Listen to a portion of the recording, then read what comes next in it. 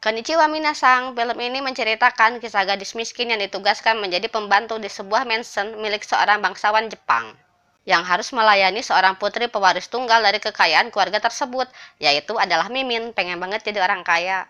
Yang kebetulan tuan putri itu sudah lama terkurung di mansion itu dikarenakan takut dengan pamannya dan sering merasa kesepian. Gadis itu pun dilema karena misi dari pekerjaannya dan majikannya yang baik. Yuk check it out. Film diawali dengan gadis yang bernama Soki yang bersiap untuk pindah rumah menuju mansion seorang ahli waris bangsawan Jepang. Dia ke sana untuk bekerja melayani seorang putri. Saat dia sampai di mansion itu, dia disambut oleh wanita paruh baya yang mengajaknya berkeliling. Setelah selesai berkeliling, dia diberitahu bahwa dia tidak akan tidur di kamar para pembantu yang lain karena dia merupakan asisten pribadinya Tuan Putri.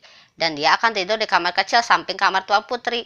Dia yang penasaran seperti apa sosok Tuan Putri yang akan dia layani. Dia pun mencoba untuk mengintip dari pintu kamar dan terkejut saat mendengar suara barang terjatuh dari arah kamar. Malamnya dia terbangun karena mendengar teriakan Tuan Putri dan masuk ke kamar untuk mengetahui apa yang terjadi. Ternyata Tuan Putri sedang ketindihan. Emangnya film horor. Soki mencoba untuk menenangkan dan Tuan Putri bilang bahwa tantenya sudah gandir di pohon sakura besar halaman rumah mereka. Dan pada malam tanpa bulan, hantu si tante terlihat bergelantungan di dahan pohon tersebut. Kenapa tiba-tiba jadi horor gini ya? Setelah mengecek keadaan, Soki kembali menenangkan Tuan Putri dan menyanyikan sebuah lagu pengantar tidur. Akhirnya kita melihat sosok Tuan Putri yang bernama Hideko. Berhubungan dari itu akan ada seorang pangeran dari Jepang yang datang ke rumah untuk berkunjung. Soki pun mulai membandingkan Hideko karena gosipnya pangeran itu berencana akan melamar Hideko. Singkat cerita, pangeran pun datang ke sana. Dia bernama Fujiwara dan mereka pun bertemu. Dan ternyata Fujiwara lah yang merekomendasikan Soki untuk bekerja di sana. Setelah memastikan kinerja Soki dan dia memintanya untuk dengan sungguh-sungguh melayani Tuan Putri, dia pun menerima tip 1 koin dari Fujiwara. Di waktu berbeda, saat pelayan datang mengetuk kamarnya Hideko dan bilang bahwa Soki dipanggil Pangeran Fujiwara untuk datang ke ruangannya. Mimin curiga nih guys. Ternyata Soki adalah keturunan dari keluarga penipu ulung. Bayi yang terlihat di awal film ternyata merupakan bayi yang mereka besarkan dan kemudian dijual kepada para bangsawan Jepang agar mendapatkan uang. Dan sebenarnya Fujiwara bukanlah seorang pangeran yang berasal dari Jepang, melainkan hanya seorang anak petani miskin asal Korea yang menyamar. Cerita flashback. Fujiwara mengajak Soki untuk mengambil harta dari dua putri keturunan Jepang yaitu Hideko. Dan rencananya Fujiwara merayu Hideko sampai dia jatuh cinta dan menikahinya. Juga membuat Hideko stres sehingga akan dimasukkan ke rumah sakit jiwa agar bisa mencuri harta warisannya. Dan terungkap bahwa niat Fujiwara menyewa Soki menjadi pembantu di rumah itu untuk meyakinkan Hideko kalau Fujiwara adalah satu-satunya pria idaman di dunia ini. Singkat cerita, akhirnya mereka semakin dekat dan pada akhirnya mereka melakukan acara pernikahan. Hideko yang tidak pernah tahu dunia luar pun penasaran dengan apa yang harus dilakukan saat malam pertama nanti. Demi kelancaran rencananya, Soki pun mengajarkan Hideko bagaimana caranya untuk menyosor bibir yang mana malah keterusan. Soki yang awalnya berniat ingin mempersiapkan mental Hideko sebagai istri Fujiwara, namun akibat adegan sosor bibir tempo hari membuat Hideko ragu untuk menikah dengan Fujiwara. Why jadi genre pelangi nih guys. Saat Hideko bilang keraguannya kepada Soki, namun dia memaksa Hideko untuk menerima lamaran itu. Hal itu membuat Hideko kesal dan dia pun menamparnya juga mengusirnya dari sana. Singkat cerita, akhirnya Hideko mau menerima lamaran Fujiwara, akan tetapi dengan satu syarat bahwa Soki masih harus menjadi pelayan Hideko dan ikut dengannya untuk hidup di Jepang. Asik dong nanti Soki bertemu Naruto. Saat si paman yang bernama Kozuki akan pergi melakukan perjalanan bisnis selama 1 minggu, saat itulah Soki, Hideko, dan Fujiwara akan melakukan rencananya yaitu kawin lari. Beberapa hari setelah menikah, Fujiwara berhasil mengambil beberapa harta Hideko dalam bentuk uang.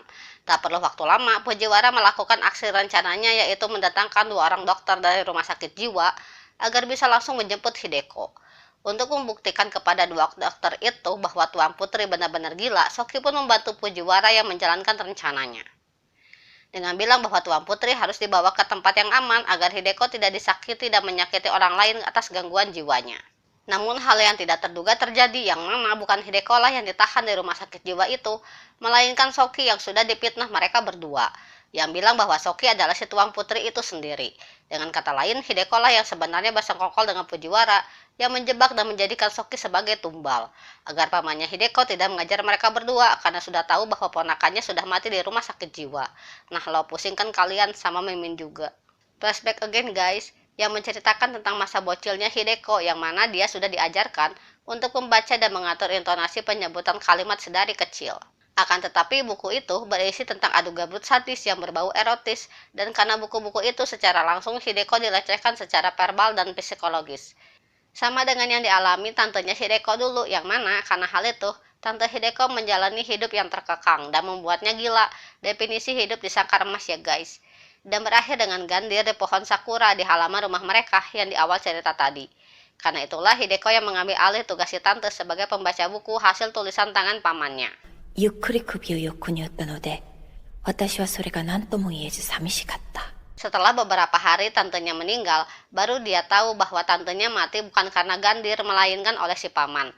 Menggunakan perangkat penyiksaan di ruang bawah tanah karena si tante yang berusaha untuk melarikan diri. Saat sudah dewasa, Hideko sudah mahir membaca buku-buku sesat itu.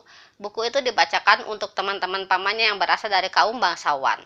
Dan disitulah awal mula Hideko bertemu dengan Fujiwara yang saat itu sedang menyamar menjadi bangsawan. Rencananya yang untuk membuat Hideko jatuh cinta gagal, karena itulah akhirnya Fujiwara mengajak Hideko untuk bekerja sama, yaitu dengan rencana kawin lari dan kemudian membagi rata harta warisan tersebut.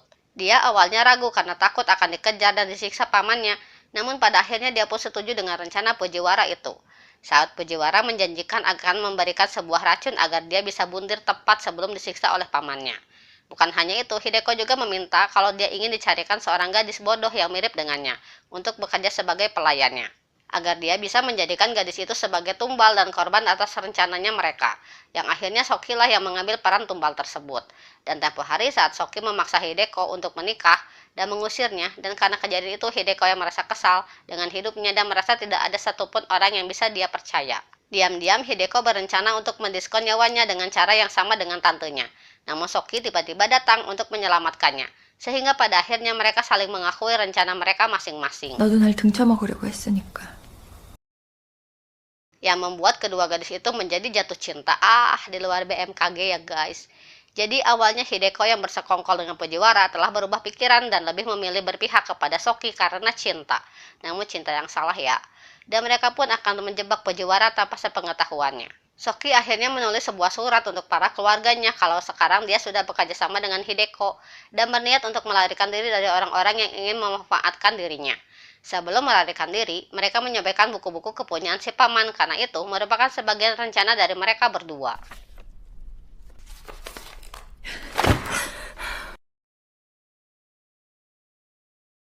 Dan saat Soki berada di rumah sakit jiwa, karena sudah menerima surat yang dikirim Soki, para keluarganya datang dan membakar rumah sakit itu, dan bertugas menjadi petugas damkar dengan tujuan untuk membebaskan Soki dari sana. Sebelum adegan adu gabrut, Hideko sudah berhasil meracuni Fujiwara untuk membuatnya pingsan agar dia bisa mengambil uangnya dan segera kabur. Soki yang sudah bebas, dia pun menemui Hideko dan membuat identitas baru agar Hideko bisa menyamar menjadi seorang pria, agar mereka tidak ketahuan saat melancarkan aksi melarikan diri. Di sisi lain, si paman yang tahu kalau Hideko sudah kabur dengan Fujiwara, dia mengirim 2 orang bawahannya untuk menjemput mereka. Namun saat itu dia baru siuman dari pingsannya, kasihan si Fujiwara jong banget hidupnya. Dan dia pun akan dibawa ke ruang bawah tanah untuk disiksa. Saat menahan sakit siksaan dan melakukan permintaan terakhir kalau dia ingin udut untuk yang terakhir kalinya. Saat dia sedang asik merokok, si paman sadar kalau asap yang dihasilkan berwarna biru karena sudah dicampur dengan merkuri dan gas beracun, yang bisa membunuh mereka berdua saat itu juga. Dan film pun tamat dengan kematiannya si paman dan Fujiwara. Di ruang penyiksaan yang berada di bawah tanah tersebut, dan Hideko yang merayakan kebebasannya dengan mereka pun adu gabrut dan pergi meninggalkan kota itu. Ending yang sungguh di luar BMKG ya guys. Janganlah kamu mempercayai manusia sepenuhnya, karena hati manusia bisa berubah dan sulit untuk ditebak. Karma buat si paman yang jahat, Fujiwara yang hidupnya jong. Kisah cinta yang tidak terduga antara Hideko dan Soki. Film yang entahlah, pusing. Oke deh, see you on next video, bye.